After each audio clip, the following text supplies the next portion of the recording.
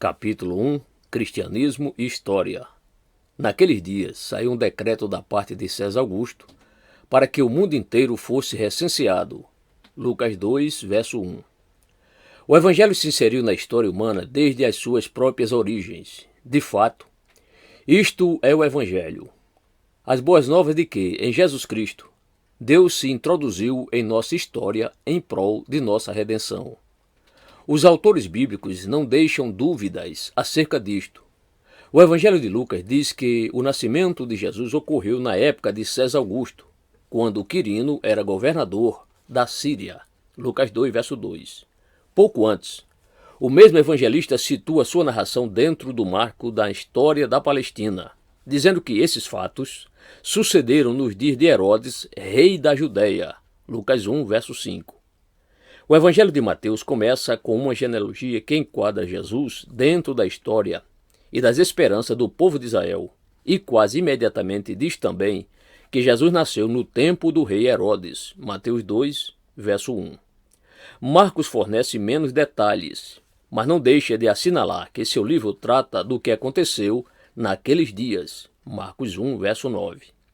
O Evangelho de João quer assegurar-se de que não pensemos que todas essas narrações têm um interesse meramente transitório e, por isso, começa afirmando que o Verbo que se fez carne no decurso da história humana, João 1, verso 14, é o mesmo que estava no princípio com Deus, João 1, verso 2. Mas, depois de tudo, o restante desse Evangelho se apresenta como uma narração da vida de Jesus. Por último, um interesse semelhante pode se ver em 1 João, cujas primeiras linhas declaram que o que era desde o princípio é também o que ouvimos, o que vimos com nossos olhos, o que contemplamos e nossas mãos apalparam. 1 João 1, verso 1. Essa importância da história para compreender o sentido de nossa fé não se limita à vida de Jesus, mas engloba toda a mensagem bíblica. No Antigo Testamento, boa parte do texto sagrado é de caráter histórico. A história em que Deus se revelou ao seu povo não é narrada só nos livros que geralmente chamamos históricos, mas também nos livros da lei, por exemplo, Gênesis e Êxodo, e dos profetas. A parte dessa história é impossível conhecer a revelação. No Novo Testamento também encontramos o mesmo interesse pela história. Lucas, depois de completar seu evangelho, seguiu narrando a história da igreja cristã em Atos dos Apóstolos. Ele não fez isso por simples curiosidade antiquária, mas principalmente por fortes razões teológicas.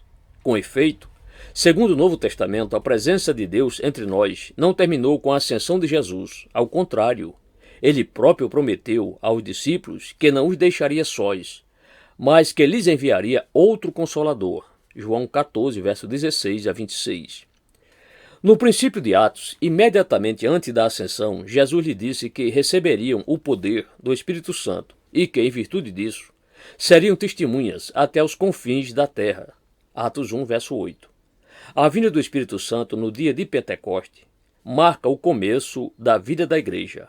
Portanto, o que Lucas está narrando no livro que geralmente chamamos Atos dos Apóstolos não é tanto os Atos dos Apóstolos, como os Atos do Espírito Santo através dos apóstolos.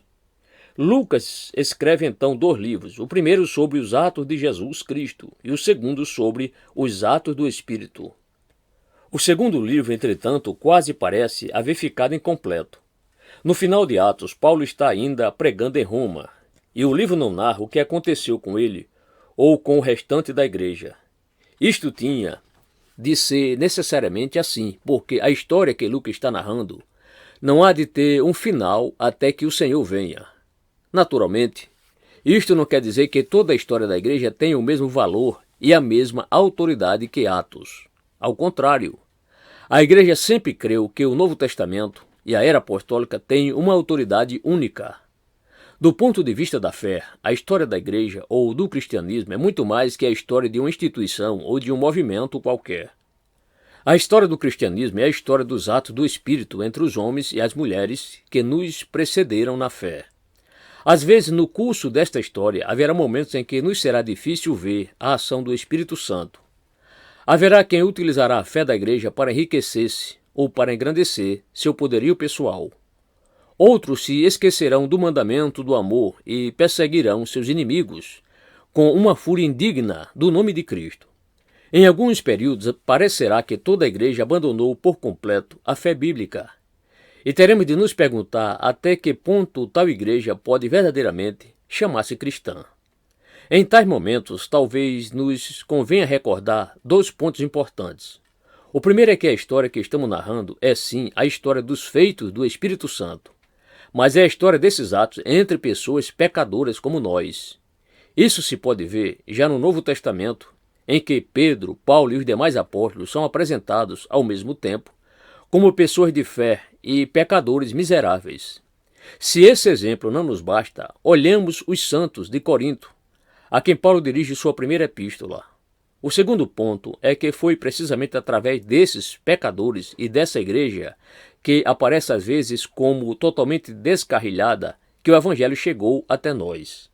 Ainda através dos séculos mais sombrios da vida da igreja, nunca faltaram cristãos que amaram, estudaram, conservaram e copiaram as Escrituras e que, desse modo, as fizeram chegar aos nossos dias. Além disso, segundo o que veremos no curso dessa história, nosso próprio modo de interpretar as Escrituras não deixa de manifestar o impacto dessas gerações anteriores. Uma e outra vez, através dos séculos, o Espírito Santo tem chamado o povo de Deus a novas aventuras de obediência. Nós também somos parte dessa história, desses atos do Espírito.